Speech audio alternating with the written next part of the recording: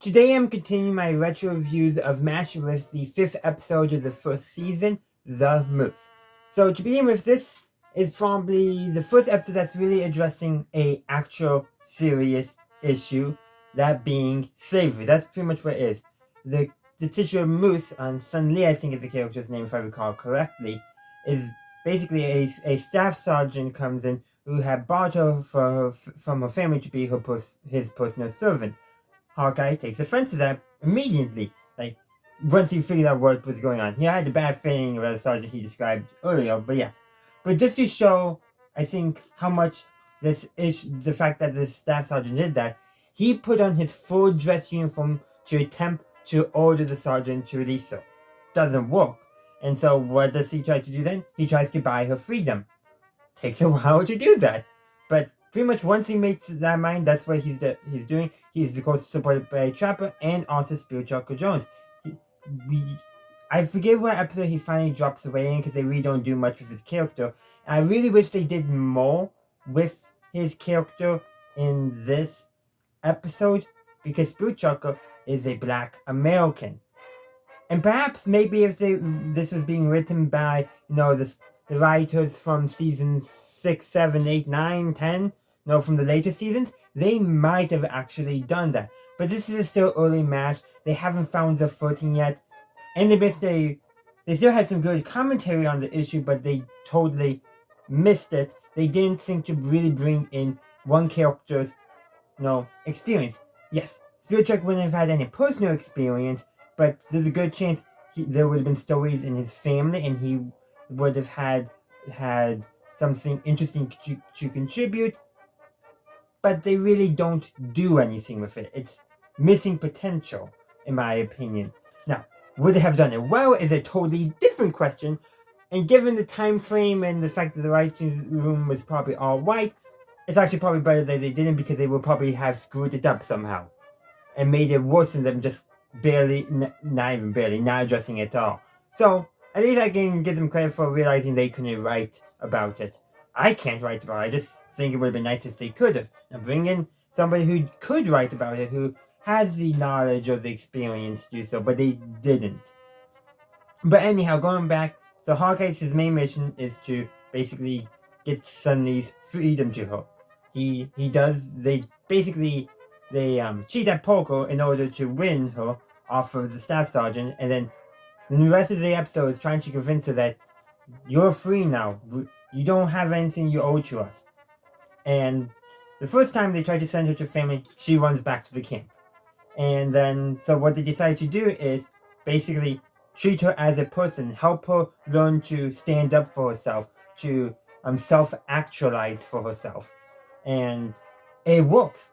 And now one thing I just want to address real quick before I continue recapping the story is that the character Hojon, so the houseboy, who I suspect, given the attitude in this episode they display towards mooses, that they are paying him. I just got that's the impression you get from here. But wasn't it perhaps that he's sent to school in the States? I'm just saying.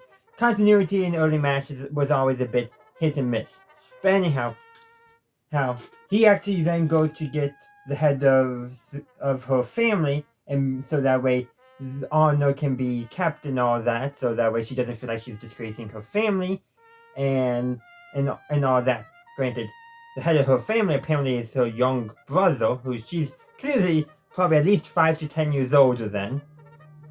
And so in a more equitable balance in family relationship, she would be the older sister who's taking care of her younger brother. That's not really the case.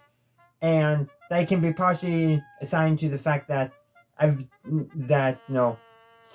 not perfectly in knowledge of what Korean society was like in the 1950s, but every society has had its phases where males, regardless of age, are considered superior to women. And even in societies where that's no longer the case, there are still families, there are still people who hold to those sexist behaviors, sexist values. So even if, let's say, Korean society had moved beyond that, which I suspect it had, because the United States had to move beyond that at that time, and that's not saying that the US would actually be ahead of anyone, behind of anyone on any social issue, just more of the fact that one society was a bit behind on gender relations means that other societies at the same time have a good chance of also not being equal on gender relations. That's what I'm saying there. But anyhow, before the episode ends, and she does stand up to herself from her brother, basically tells him what's for. And this is after all the work they've done, helping her have self-confidence, self-actualization, to see herself more as a person rather than just a tool of her family, in a sense. I'm probably using the wrong words to describe that. But the episode ends where they get a letter from her.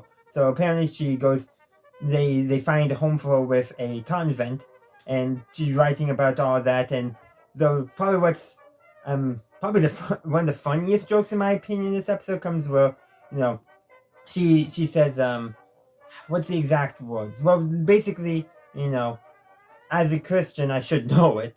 Not quite a prayer, but essentially, something along the lines of "God bless you." But then she writes, "I'm only saying that because the nuns want it, because I am Brutus." That's literally what she says, or almost what she says, slightly paraphrasing. But I thought that was kind of funny. Sure, I'm a Christian myself, and you would think that some Christians probably would find it funny, but I found it funny because, she's respecting their beliefs, but she's also acknowledging her own beliefs as well, which, you know what? That is actually a very healthy attitude, in my opinion. You can respect other people's beliefs and acknowledge your own beliefs without being mean-spirited. I like that.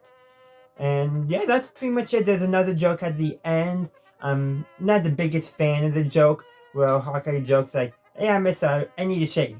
Granted, I do like that how Trapper and Spirit Choker basically drag him into the shower to probably douse him, even though he's not heading to the shower or whatever. No playfulness between them all. Showing that they are friends, and it's probably Hawkeye was more jesting, but it's hard to tell sometimes especially in the early episodes, he had more of a dry sense of humor. That summarizes the episode, and also what the episode did say. Like I said, this episode, if it was later in the season, I think would have handled this topic better, would have actually had some more poignant commentary. But I think the most important thing to take away is that this is really the first episode that is truly addressing a serious social topic. So that is where I'm going to end my review. I would love to hear your thoughts in the comment section down below. And as always, have a good day, a good night, wherever you are. Have a good one. Bye! Thank you for watching this video. I do hope you enjoyed it. If you did, please be sure to give this video a like, as well as subscribe to my channel and ring that bell to stay up to date on my latest content.